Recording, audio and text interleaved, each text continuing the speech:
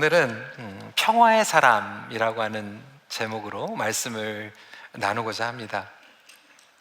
하나님은 우리를 평화의 사람으로 살아가도록 부르셨습니다. 여러분 선교지에 가가지고요, 선교사님들이 가서 정말로 블레싱이 되기 위해서는 평화의 복음을 전하는 게 중요합니다. 어떤 분들은 가가지고 자꾸 싸워요. 선교사님들과 싸우고 현지인들과 싸웁니다. 그러면 하나님께 영광이 절대로 안 됩니다. 교회에서도 마찬가지예요. 그분만 오면 평화가 깨지는 경우가 있어요. 여러분, 우리가 실력이 좋다고 다 되는 게 아니에요. 오늘 유스 오케스트라도 보셨지만 얼마나 하모니가 아름답습니까? 근데 우리 아마추어들도 있고 거기 보면 전공자들도 있어요.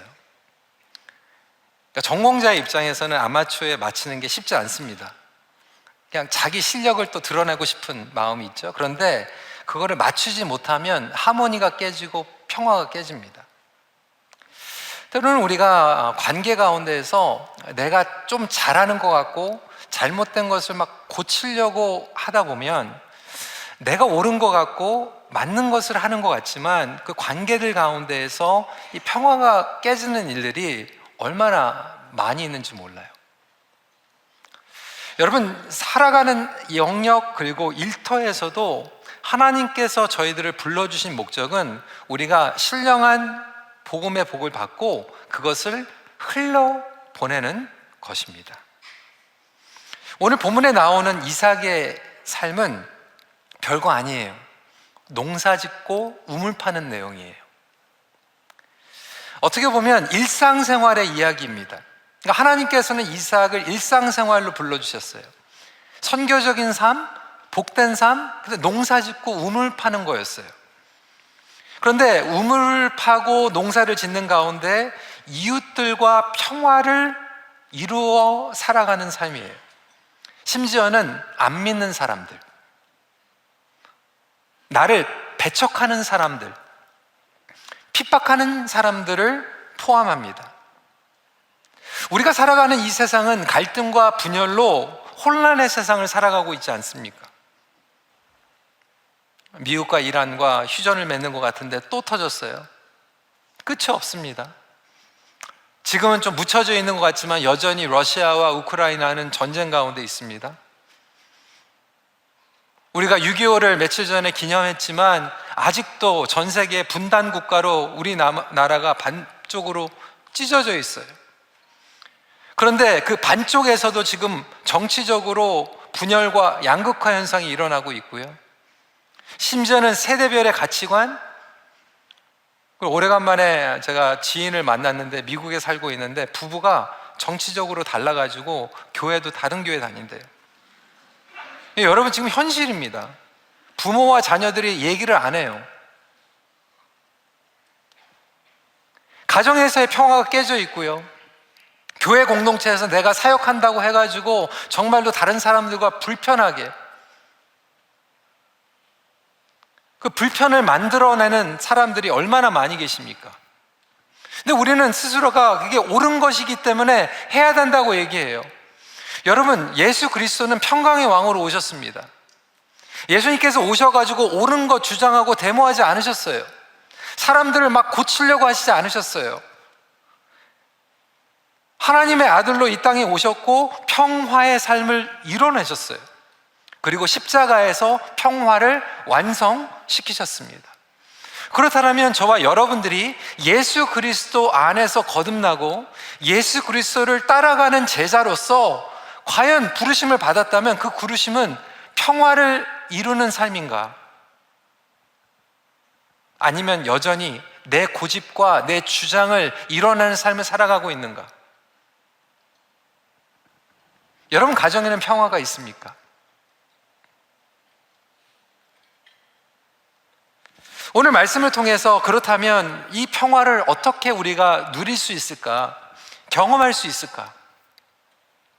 첫 번째로 기억해야 되는 것은 평화를 이루기 위해 치러야 할 대가가 있습니다. 저와 여러분들이 경험하고 있는 이 하나님과의 평화는 공짜로 얻은 평화가 아니에요. costly 평화예요. 왜? 예수님께서 십자가에서 보혈을 흘리시고 자기 주장을 하고 억울함 가운데에서도 저와 여러분들을 위해서 침묵하시고 대가를 치르신 위대하신 평화인 줄 믿으시길 바랍니다. 그래서 저와 여러분들이 하나님과 평화를 누릴 수 있었던 것은 누군가의 희생, 누군가의 대가가 있었기 때문에 그렇습니다. 그렇다면 저와 여러분들의 삶 가운데 여러분들의 가정에 왜 평화가 없을까요? 여러분들 가정에 누군가가 대가를 치르지 않아서 그래요. 우리 공동체 안에서 누군가가 대가를 치러야 되는데 그것을 우리는 꺼려합니다. 왜? 억울하거든요. 불공평하거든요. 이삭이 그랬어요. 이삭의 이야기는 이렇게 시작이 됩니다. 여러분 지난주 기억하시는지 모르겠는데 흉년이 왔어요. 기근입니다. 그런데 참 하나님께서 복을 주시면요, 기근인데도 농사를 지니까 100배로 열매를 얻어요. 할렐루야. 아닙니까? 이런 건 되게 좋아요. 그렇죠? 기근 가운데에서 100배를 얻는 축복. 여러분 안 된다 해도요, 불경기다고 해도요, 못 된다고 해도요, 하나님께서 열어주시면 열어주시는 줄 믿으시기 바랍니다. 기근이라도 하나님께서 복 주시면 열매 맺는 거예요. 12절에 이삭이 그 땅에 농사하여 그해 100배나 얻었고 여호와께서 복을 주심으로, 흉년인데 농사를 하니까 100배가 축복이 일어납니다. 이삭이 오늘 성경을 보니까 창대하고 왕성하고 거부가 되었다라고 이야기하고 있어요. 어떤 분들은요, 좀 기독교를 좀 잘못 이해하셔가지고 이삭이 거부가 됐다고 그러면 굉장히 거북해 하시는 분들이 있어요. 여러분 하나님께서 축복하시면요 거부가 될 수 있습니다. 근데 그게 전부가 아니죠. 이삭에겐 그게 중요한 게 아니었어요. 어떻게 거부가 되었을까? 가나안 지역에 주로 재배됐던 곡식은 보리하고 밀인데 아무래도 이 보리가 밀보다 가뭄에 잘 견디기 때문에 신학자들은 이삭이 보리 농사를 졌을 것이다 라고 추측을 하고 있습니다. 근데 보리 농사를 졌는데 딴 데는 다 안 되는데 이삭이 심은 데는 100배가 열매를 맺는 거예요. 여러분 이렇게 되니까 어떻게 될까요? 블레셋 사람들이 견제를 하기 시작합니다. 14절 15절에 블레셋 사람이 그를 시기하여 그 아버지 아브라함 때에 그 아버지의 종들이 판 모든 우물을 막고 흙으로 메웠더라. 해코지를 하는 거예요. 여러분 블레셋 사람들이 이삭의 아버지 아브라함 때부터 만들었던 이 우물을요, 브레이크가 들어오니까 흙으로 막 메꿔버려요. 처음에 이삭이 왔을 때는 그냥 나그네인 것 같고 별로 이렇게 위협을 느끼지 못하니까 받아줬는데 너무 잘 나가니까 불안해지는 거예요. 여러분 저희 인생이 다 마찬가지입니다. 직장에서도요, 우리가 마이너리티 잘해주는 것 같다가 잘 나가면, 또 잘하는 것 같으면 또 브레이크가 들어올 때가 있고요. 심지어는 내가 나보다 못한 것 같으면 조금 용납해 주다가, 그게 사회에서만 일어나는 게 아니에요. 교회에서도 마찬가지고요. 누가 잘한다고 하면, 하나님의 복이 임한다고 하면 이 불안해지는 것이 우리 인간의 감정인 것 같아요. 근데 여러분 이 우물을 막고 내쫓는다라고 하는 것은 그냥 단순히 우물 하나 포기하는 게 아니죠. 유목사회에서는 이 우물은 생명이에요. 그러니까 물을 먹지 못한다고 하는 것, 목숨의 위협을 느끼게 되는 것이고, 그리고 또한 농사를 지을 때 우물이 필요하죠. 물을 대야 됩니다. 그런데 블레셋 왕의 아비멜렉이 이삭을 불러가지고 우리보다 크게 강성하게 되기 때문에 떠나라고 얘기해요. 밀어내는 거예요. 훗날에 여러분 이스라엘 백성들이 애굽에 갔을 때도 요셉을 통해서 총리가 됐고 같이 성장하다가 이스라엘 백성들이 더 커지니까 바로가 두려워하게 되잖아요. 그리고 종으로 통제하게 됩니다. 그러니까 하나님의 영광과 능력이 나타나고 하나님을 두려워하게 되면 두 가지 반응이 일어나요. 제일 좋은 반응은 뭡니까? 하나님을 두려워하고 하나님 믿는 거예요. 그게 제일 좋은데 많은 경우에는 그게 두려워서 통제하기 시작합니다. 컨트롤하는 거예요. 그리고 밀어냅니다. 예수님께서 기적을 베푸시니까 마을 사람들이 예수님을 밀어내잖아요. 여러분이 이삭이라면 어떨 것 같아요? 억울하지 않습니까? 그 우물은 훔쳐온 것도 아니에요. 아버지가 판 우물이에요. 하나님께서 주신 우물이에요. 싸워야 됩니까? 양보해야 됩니까? 너무나도 억울하죠. 그럼에도 불구하고 하나님께서 이삭에게 주신 마음은 뭐냐면 화평을 누리는 삶이었어요. 복을 누리는 삶은 가장 먼저 화평을 누리는 삶입니다. 로마서 12장 18절 말씀을 보면 할 수 있거든 너희로서는 모든 사람과 더불어 화목하라 라고 이야기하고 있어요. 모든 사람과, 나를 좋아하는 사람, 나랑 결이 맞는 사람과 화목하라는 얘기가 아니라 나를 핍박하고 나를 억울하게 만드는 사람과도 화목하라고 말씀하고 있어요. 절대로 쉽지 않아요. 우리는 하나님의 축복을 받으면 이렇게 농사를 짓고 100배의 열매를 맺는 이 부분만 집착하게 되는데, 축복과 함께 문제도 생긴다고 2주 전에 말씀을 드렸어요. 아비멜렉 왕이 해코지하기 시작하죠. 블레셋 사람들이 싫어합니다. 그러니까 축복과 함께 찾아오는 이 시기와 갈등, 그런데 우물은 너무 소중하잖아요. 딴 거는 양보할 수 있어도 어떻게 우물을 양보합니까? 절대적이거든요, 농사하는 사람들에게. 여러분들에게도 절대적으로 중요한 게 있을 수 있어요. 장사하시는 분들에게는 매상, 손님, 자리목, 우리 모두에게 중요한 소중한 우물들이 있을 거예요. 어떻게 그것을 내려놓을 수 있을까? 그것 때문에 갈등이 일어나고 있는 거거든요.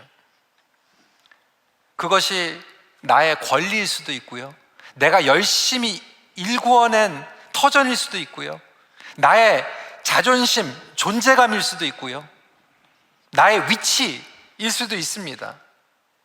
자기 거예요. 어떻게 이삭이 자기 우물을 내려놓을 수 있을까? 그 비결은 바로 여기 있습니다. 더 큰 것을 봤어요. 세상 사람들에게는 농사의 근원이 우물이지만 이삭은 그 우물의 근원이 하나님인 것을 보았어요. 저와 여러분들도 이 우물 가지고 목숨을 거는 게 아니라 우물의 근원인 하나님 안에서 목숨을 걸 수 있는 저와 여러분들이 되시길 주님의 이름으로 축원합니다. 그래서 하나님께서 왜 우물을 축복하셨는가, 그 비결을 깨닫는 거예요. 하나님의 목적이 있는 거예요. 그 원리를 깨닫는 거예요. 많은 경우에는요, 우리가 우물 가지고 싸움하다가 더 큰 것을 빼앗깁니다. 자녀들하고도요, 큰 war가 있으면 작은 전쟁들이 있잖아요. 작은 그 배틀을 이기려고 하다가 큰 war를 지는 경우들이 얼마나 많이 있습니까? 그 관계 가운데에서 나의 그 자존심 때문에 우물을 지키려고 하다가 큰 관계를 손해보는 사람들이 얼마나 많이 있습니까? 이삭은 하나님께서 왜 복을 주시는가, 왜 농사를 지는데 100배를 주시는가, 그거를 알았어요. 왜?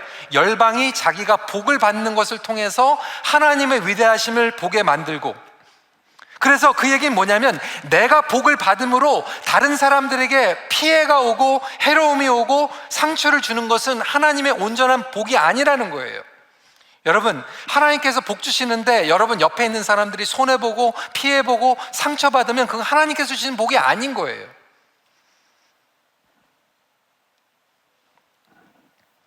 이삭은 그것을 이해할 수 있었어요. 우리는 나의 입장으로 복을 해석합니다. 하나님, 나 복 주세요. 그게 뭐냐면 저 사람은 손해봐도 상관없다는 거예요. 근데 하나님께서 주시는 복은 이삭에게만 내리는 복이 아니라 이삭의 이웃들에게 함께 경험되는 복이었어요. 여러분 주위에 있는 사람들에게는 그러한 복이 임하고 있습니까? 아니면 여러분들은 잘 나가는데 옆에 있는 사람들은 괴롭습니까?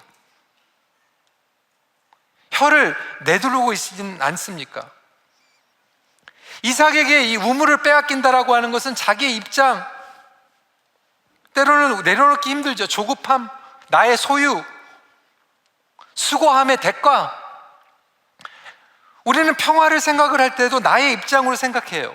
내 입장에서 그 평화를 요구합니다. 그래서 보니까 여러분, 미국이 생각하는 평화하고 이란이 생각하는 평화하고 달라요.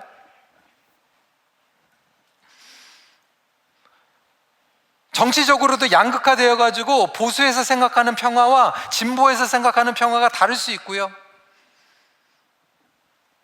심지어는 북한에 갔는데 그 핵을 만드는데 평화를 위해서 만든대요. 그런데 그것은 무엇입니까? 하나님이 빠진 주체주의 사상에서 꿈꾸는 평화예요.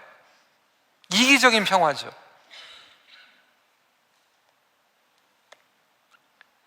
나의 개념과 나의 고집, 나의 관점을 내려놓는 대가가 따른다는 거예요. 그래서 하나님께서는 저와 여러분들에게 강요하지 않고 독생자 예수 그리스도를 보내심으로 말미암아 그 평화가 대가를 통한 평화를 얻게 하셨어요. 마찬가지로 저와 여러분들이 그리스도의 평화를 누리길 원한다면 여러분들의 삶 가운데 있는 갈등과 미움, 분열, 그 가운데 누군가가 대가를 지불해야 된다는 거예요. 억울하죠. 왜 억울하지 않습니까? 우물을 뺏가는데 왜 억울하지 않습니까? 그게 공평합니까? 공평하지 않다고 여길 수 있어요. 그런데도 용서와 화목을 위해서는 나의 입장에서의 억울함과 공평함도 때로 내려놓을 수 있어야 돼요. 그 우물을 빼앗기는 것 같은데 하나님께서는 더 큰 것을 주시는 줄 믿으시길 바랍니다. 그래서 평화를 얻는다라고 하는 것은 너무나도 소중한 평화예요. 혹시 여러분들 삶 가운데 지금 계속해서 어려움에 갈등이 끊이지 않는 이유가 그것 아닐까요? 여러분 자존심 내려놓지 못해서? 여러분 고집을 내려놓지 못해서? 여러분들이 생각하기에 그게 맞는 거고 그렇게만 해야 돼.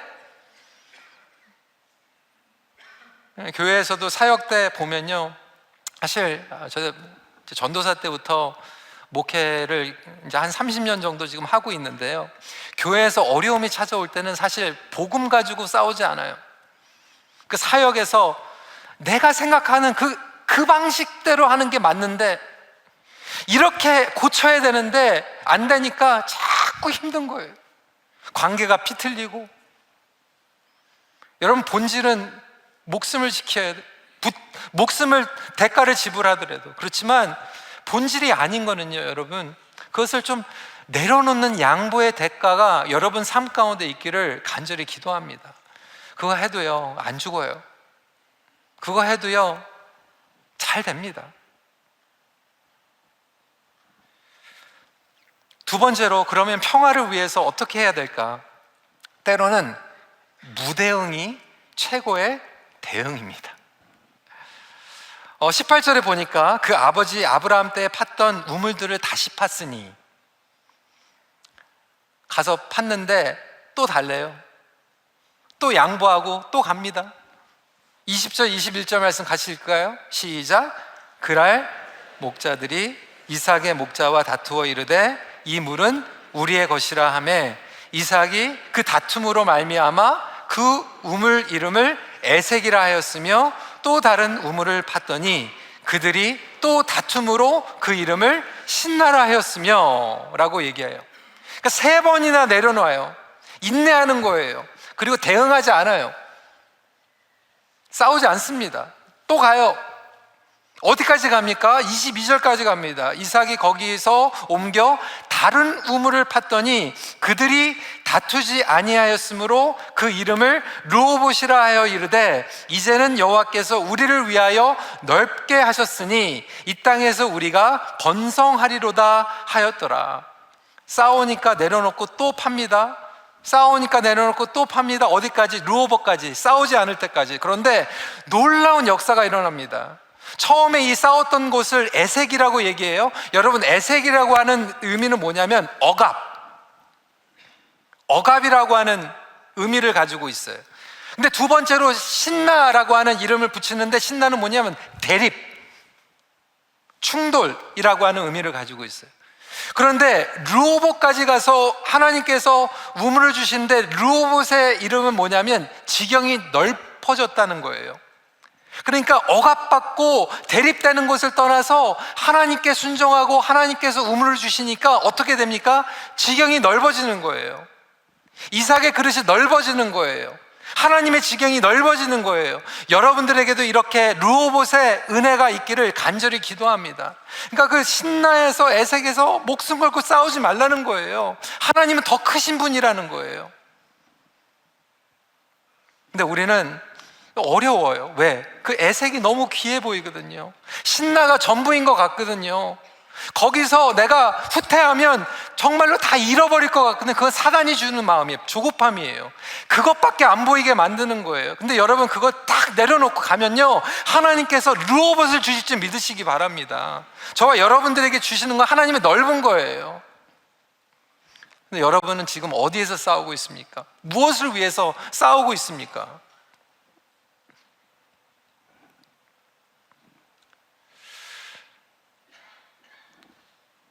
그래서 때로는요, 무대형이 필요해요.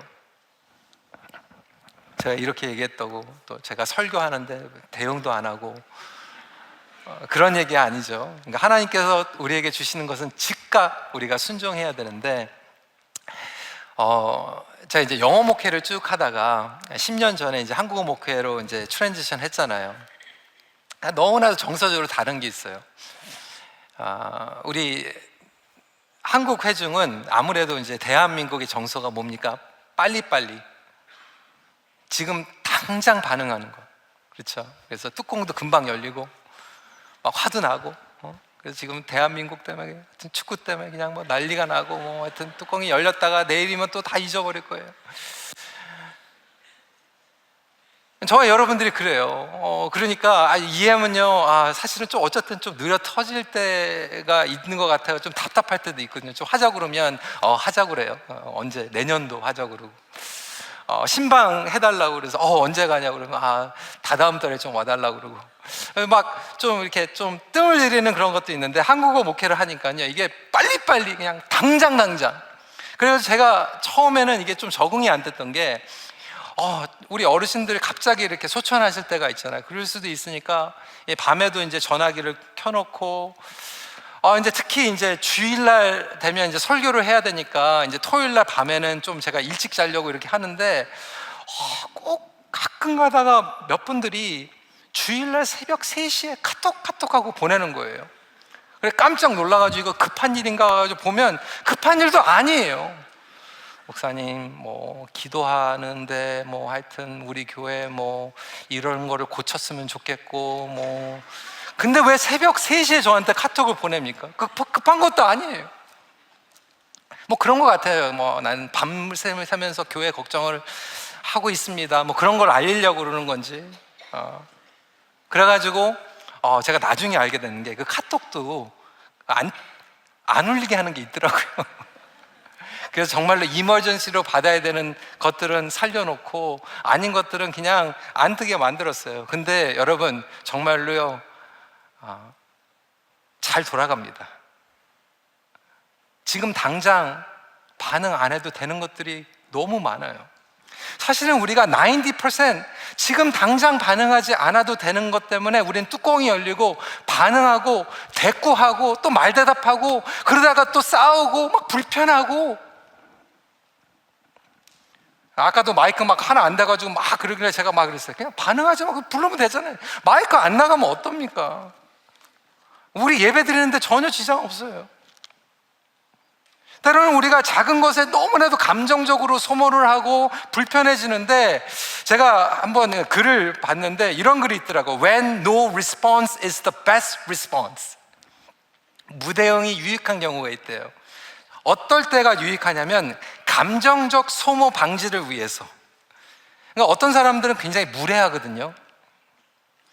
그러니까 나에게 constructive criticism, 정말로 사랑으로 어떤 것들을 보여주기 위해서 하는 분들이 있는데, 그냥 어떤 분들은 이렇게 해도 브레이크를 거고 저렇게 해도 브레이크를 거는 분들이 있거든요. 그럴 때는요, 여러분 반응을 하지 않는 게 제일 좋아요. 침묵으로 일관하면요, 상대방이 오히려 에너지를 잃어버리고 스스로 물러납니다. 그러니까 사단이 굉장히 그걸 잘해요. 사단이 여러분들을 걱정을 많이 시키거든요. 거기 가다가 사고 난다, 거기 가다가 잘못된다, 누가 뒤에서 욕했을 거야. 그런데 사단이 생각하는 거 가지고 미리 짐작해가지고 자꾸 반응을 해버리면 사단에게 놀아나는 거예요. 근데 반응하지 않으면 돼요.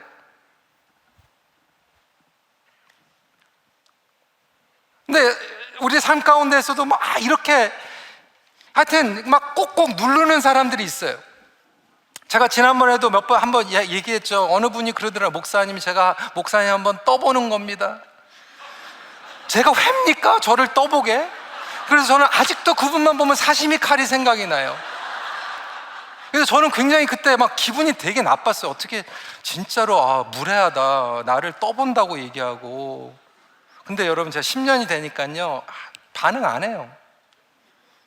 제가 그분 때문에 막 칼 생각나고 막 이러면 은혜가 되겠습니까? 반응 안 해요. 무반응. 뭐 그 정도 가지고 자꾸 반응할 이유가 뭐가 있습니까? 그러니까 여러분들에게 자꾸 마귀가 누구를 통해서 이렇게 꾹꾹 찔러볼 때가 있고 막 진짜로 막 사시미처럼 막 떠보려고 그러면 그냥 반응하지 마세요. 하나님이 여러분들을 안 건드리는데 누가 건드립니까? 두 번째로, 불필요한 논란을 차단하기 위해서. 왜? 그렇게 되면요 감정이 뚜껑이 열리니까 내가 실현하게 돼요. 그러면 내가 진짜로 꼬투리 잡히게 돼요. 그러니까 말을 섞지 않는 거예요. 그러면 마귀의 작전이 수포로 돌아갑니다. 그리고 세 번째로, 장기적 관점에 유리한 고지를 위해. 그러면서 이 글에서 소개하는 게 뭐냐면, 빌 게이츠, 물론 지금 여러 가지 이야기가 많지만 빌 게이츠가 처음에 이제 윈도우를 만들었을 때, 하여튼 뭐 여러분들도 또 회개하실 분들 있겠지만 불법으로 다 해가지고 쓰고, 특히 중국이 불법으로 다 복제해가지고 썼대요. 근데 참 빌 게이츠가 그때 침묵했대. 무대응. 아무 말 안 하니까 중국에서 다 쓰기 시작한 거죠. 이제 다 쓰기 시작했을 때 카피라이트 딱 만드는 거예요. 먼저 점유율을 확보해버린 거예요. 전략적인 무대응. 그래서 오히려 자기의 이익으로 돌아가게 만드는 거죠. 여러분, 자녀들이 조금 실수한다고 자꾸 얘기하는 것보다 오히려 어떤 것들은 무대응. 사역에서 자꾸 요거 저거 잘못한 것 같은데 그거 지적하지 말고요, 오히려 그냥 무대응. 기다려주세요. 양보해 보세요. 하나님께서 복 주시면요 흙으로 메꿔도요 다시 우물이 터질 줄 믿으시기 바랍니다. 그 정도의 우리가 하나님의 복을 누리는 사람들 아닙니까? 양보하는 게 얼마나 중요합니까? 제가 지난주에 우리 목장, 우리 김대훈 장로님 목장은 특히 이제 좀 특별한 목장이거든요. 이렇게 좀 다양한 분들이 이렇게 인터레이셜 매리지도 있고요. 근데 제가 좀 요걸 보니까 좀 경험을 해본 게, 목회를 하면서 우리 남자분들이 조금 더 좀 웨스터나이즈, 서구화되어 있고, 여자분들이 이제 한국분인 경우에는 굉장히 남자분들이 잘 맞춰주는 부분들이 많이 있더라고요. 너그럽고 잘 맞춰주고, 잘 언어도 못 알아듣는데 막 한국어 예배 아내 때문에 앉아있고 뭐 이런 경우들. 근데 이제 남자분들이 오히려 그냥 너무 또 이렇게 전통적이면 아내를 맞추는 게 이렇게 쉽지가 않아서, 제가 지난주에 목장을 하면서 그 남자분들에게 여러분 대단하다고, 정말 어떻게 이렇게 아내들한테 맞춰주냐 막 이렇게 얘기를 했더니 그분들이 이구동성으로 얘기하는 거예요. 그게 선택이었어?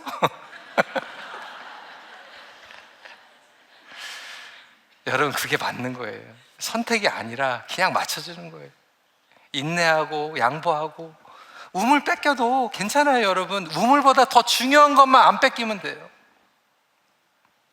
이삭은 그걸 알았어요. 우물을 주시는 분도 하나님이다. 그래서 우물을 내려놔도 또 우물을 주실 거다. 이러한 믿음의 배짱을 가질 수 있는, 그때 우리 삶 가운데 르호봇의 축복이 생기는 거예요. 넓어지는 거예요. 그리고 하나님께서 정말로 빼앗을 수 없는 생명의 우물을 주실 줄 믿으시기 바랍니다. 마지막 포인트예요. 예배와 평화가 함께 만날 때 여호와의 이름을 높여드립니다. 25절에 이삭이 우물을 판 거에서 끝나지 않았어요. 어디까지 갑니까? 이삭이 그곳에 제단을 쌓고 여호와의 이름을 부르며 거기 장막을 쳤더니 이삭의 종들이 거기서도 우물을 팠더라. 여러분, 이삭의 종들은요, 거기 가서 또 우물 파요. 이삭의 종들과 이삭의 차이점이 뭡니까? 이삭의 종들은 우물 파는데 이삭은 우물 파는 거에서 끝나지 않고 예배까지 가는 거예요. 예배까지 갈 수 있는 저와 여러분들에게 간절히 기도합니다. 그래서 부엘세바로 간 이삭이 거기에서 제단을 쌓고 예배를 하는데, 그랄 땅에 거주할 때만 해도 여호와의 이름을 불렀다라고 하는 이야기는 하지 않고 있어요. 여호와의 음성은 들었어요. 하나님의 뜻이 뭔지는 알았어요. 그런데 제단을 쌓지는 않았어요. 우리는 수단과 방법을 위해서 기근이 찾아오면 하나님의 음성을 듣기 원하는데, 그리고 하나님의 보호하심은 원하고 축복은 원하는데 예배 자리까지 나가지 못할 때가 얼마나 많이 있습니까? 기도 제목이 있으면 조마조마 하나님 도와주세요, 응답해 주세요까지 가는데 응답받고 나서 예배하지 못해요. 감사드리지 못해요. 그런데 이삭이 여호와의 이름을 부르고 있어요. 그런데 여기에서 정말로 펀치라인은 뭡니까? 아비멜렉이 브레이크를 걸다가 이게 놀랐거든요. 흙으로 메꾸고 방해해가지고 밀어내는데 우물을 파니까 또 나와? 또 밀려났는데 우물을 파니까 또 나와? 아비멜렉이 여기에서 뭘 받습니까? 하나님을 만나는 거예요. 28절에 같이 읽습니다. 시작. 그들이 이르되 여호와께서 너와 함께 계심을 우리가 분명히 보았으므로 우리의 사이 곧 우리와 너 사이에 맹세하여 너와 계약을 맺으리라 마열. 아비멜렉이 그를 존경하고 두려워하게 됩니다. 함부로 만만하게 보지 못하는 존재임을 알게 돼요. 여러분 삶 가운데서도 아비멜렉과 같이 정말로 말이 안 되는 사람들이 있잖아요. 여러분들이 고생했는데 그거 빼앗아 가는 사람도 있고요, 자기 거라고 얘기하는 사람도 있고, 하나님을 경외하지 않는 아비멜렉과 같은 사람들이 있는데도 불구하고 하나님께서 여러분들에게 복을 주시면 여러분 주위에 있는 하나님을 믿는 사람들을 핍박하는 사람들까지도 여러분들을 만만하게 보지 못해요. 아, 정말로 하나님께서 살아계시는구나, 두려워하게 됩니다. 이것이 바로 예배와 평화가 함께 만날 때 드러나는 하나님 나라의 확장이에요. 그리고 영광이 드러납니다. 여러분들은 어떤 삶을 원하십니까? 어떤 분들은 예배는 있는데요, 평화가 없어요. 와가지고 막 예배 이렇게 드려야 합니다, 자기 스타일로 고집하고 자기는 옳은 것 같은데, 자기는 의로운 것 같은데 그게 하나님의 영광이라고 그러는데, 그분만 있으면요 그냥 소란스러워요. 왜 이렇게 힘든지. 그분만 있으면 교회에서 사역 잘한다고 하는데 정말 불편해요. 그건 예배가 있는데 평화가 없는 거예요. 근데 어떤 분들은 평화는 있는데 예배가 없다? 그건 뭐예요? 타협하는 거죠. 진리가 없는 거죠. 그냥 좋은 게 좋은 거예요. 근데 이 예배와 평화가 함께 만나면요 그게 하나님 나라거든요. 여러분 삶 가운데에서는 예배가 있습니까? 그런데 평화가 없어요? 아니면 평화는 있는데 예배가 없습니까? 어떤 경우입니까?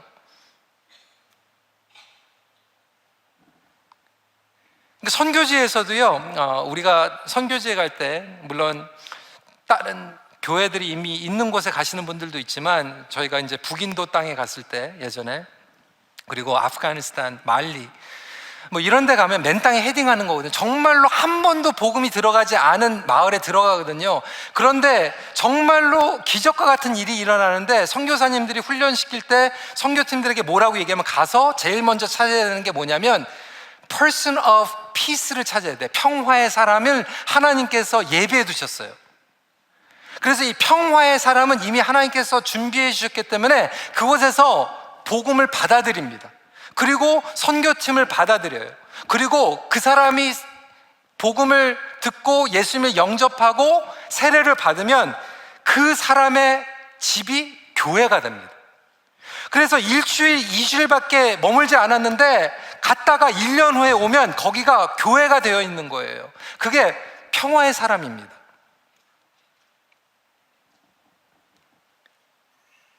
그러니까 선교는 프로젝트가 아니에요. 평화의 사람을 찾아내는 거예요. 그리고 평화의 사람이 세워지면 교회가 세워지는 거예요.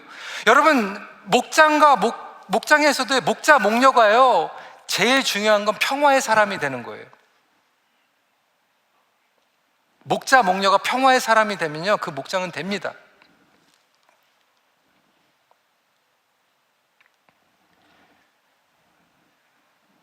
그래서 평화는요, 프로그램이 아니에요. 이념이 아니에요. 사람입니다. 최근에 읽었던 책 가운데 김상덕 교수가 쓴 평화는 사람이다 라고 하는 글이 있는데요, 읽어드리겠습니다. 결국은 사람이다. 평화의 이해와 인식의 문제도. 됩니까? 네.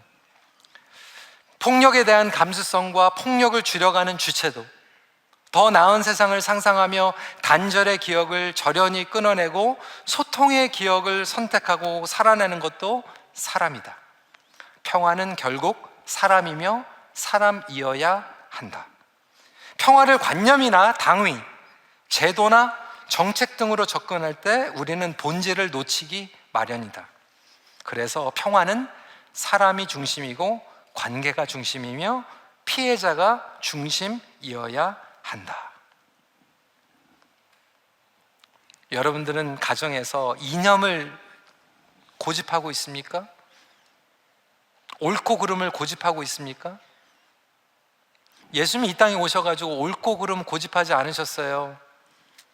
세리인과 창녀들과 평화를 경험하게 평화의 사람으로 오셨고요, 바리새인하고 율법 가지고 싸우지 않으셨어요.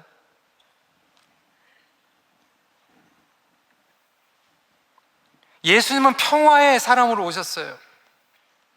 예수님의 제자들이 가는 곳마다 평화가 경험되기를 간절히 기도합니다. 제가 여러 번 얘기했지만 요즘 집회, 외부 집회 가면요, 제가 자랑하는 우리 이야기가 있어요. 뭔지 아세요? 우리 러시아권에 러시아들하고 우크라이나들하고 같이 예배드리는 게 저는 너무너무 놀랍고 자랑거리예요. 여러분, 어떻게 이게 말이 됩니까? 어떻게 러시아인하고 우크라이나하고 어떻게 예배를 드립니까? 말이 쉽지요? 여러분, 거기까지 가기에 정말로 거기 안에 있는 사람들이 눈물이 있었어요. 전쟁이 터졌을 때 아픔이 있었어요. 억울한 게 있었어요. 자기들의 주장이 있었어요. 누가 옳고 그른 거 얘기하면 끝이 없어요. 그런데 거기에서 그거 다 내려놨어요. 양보했어요. 아무런 싸움 안 했어요. 그냥 예배 드렸어요. 그리고 사랑했어요. 섬겼어요. 같이 밥 먹었어요. 그렇게 1년 하다 보니까 예배 드리기 시작했어요.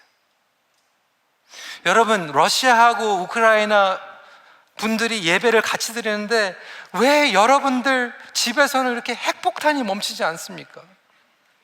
왜 남편하고 아내하고 그 평화를 누리지 못하고, 왜 교회 와가지고 In the name of ministry 하나님 섬긴다고 그렇게 싸웁니까? 아까도 말씀드린 것 같이 30년 목회하면서 본질 가지고 싸운 거 경험을 해본 적이 없어요. 맨날 이 방식대로 해야 된다, 내가 해온 방식, 내가 이걸 어떻게 키웠는데, 내가 이거 하는데 얼마나 희생했는데, 그거 가지고 불편하지 않습니까? 여러분들의 우물을 내려놓고 더 큰 그림을 가지고 주님 앞에 나아갈 때 여러분들이 평화의 사람이 될 줄 믿습니다. 평화는요, 여러분들이 평화의 사람이 되면 평화가 오는 거예요. 여러분 직장에 평화가 있기를 기도합니다. 여러분 가정에 평화가 있기를 기도합니다. 우리 큰빛교회가 하는 모든 사역의 영역 가운데 평화를 경험하기를 간절히 기도합니다. 말씀 마칩니다. 당신이 가는 곳마다 평화를 이루어내는 삶을 살아가십시오.